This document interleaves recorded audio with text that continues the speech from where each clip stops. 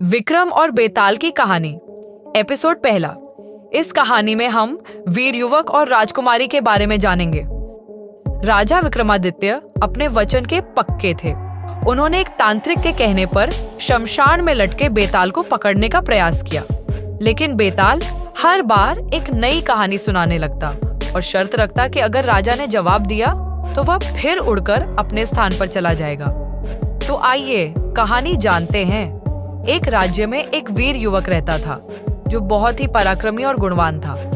उसी राज्य के राजा की एक सुंदर बेटी थी जिसका विवाह योग्य वर से होने वाला था। राजा ने घोषणा की कि जो भी वीर राजकुमारी से विवाह करना चाहता है उसे एक कठिन परीक्षा पास करनी होगी। यह परीक्षा थी एक विशाल और खतरनाक राक्षस को हराना। कई राजकुमार आए लेकिन वे राक्षस को हरा नहीं सके। तब वह वीर युवक आया और अपनी बुद्धि और पराक्रम से राक्षस को मार डाला। राजा बहुत प्रसन्न हुआ और राजकुमारी का विवाह उस वीर युवक से करने का निर्णय लिया। लेकिन शादी से पहले एक सन्यासी जो वास्तव में एक मायावी तांत्रिक था आया और कहा कि इस विवाह में बाधा है।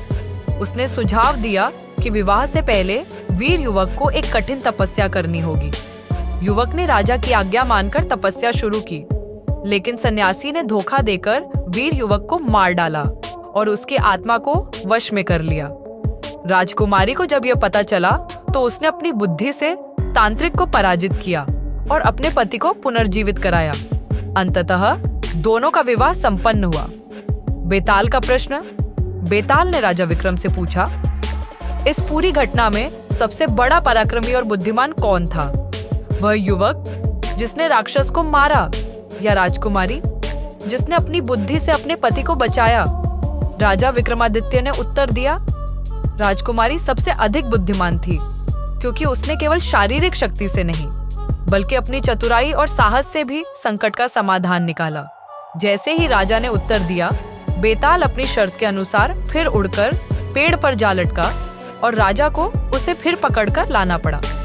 यह पहला एपिसोड था जो वीर युवक और राजकुमारी की कहानी पर आधारित था।